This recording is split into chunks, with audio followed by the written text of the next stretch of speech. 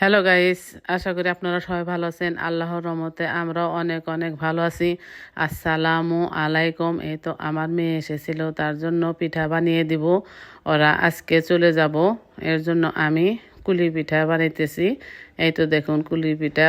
ওরা খেয়ে আমার ছেলে বলতেছে যে অনেক মজা হয়েছে, কারণ অনেক ভালো অরিজিনাল গুড় দিয়ে পিঠা পুলি বানালাম।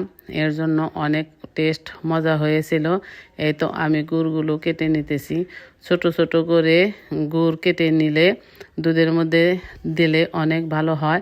বড় বড় টুকরা করে দিলে অনেক সমস্যা হতে পারে, দুধে অনেকক্ষণ জাল পাড়তে হয়।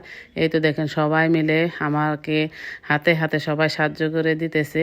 এটাই আনন্দ পিঠাপুলি, কারণ কুলি পিঠা বানাতে অনেক লোক লাগে। এই তো সবাই আমাকে সাহায্য করতেছে।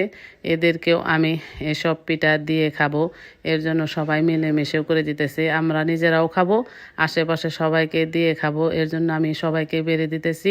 আমার ভিডিওটি ভালো লাগলে অবশ্যই লাইক কমেন্ট শেয়ার করে দিবেন, আর একটি সাবস্ক্রাইব করে দিবেন, কারণ এখনও আমার অনেক সাবস্ক্রাইব বাকি আছে। আপনাদের অনেক ভালোবাসা পেলে আমি ধন্য হব। আল্লাহ হাফেজ।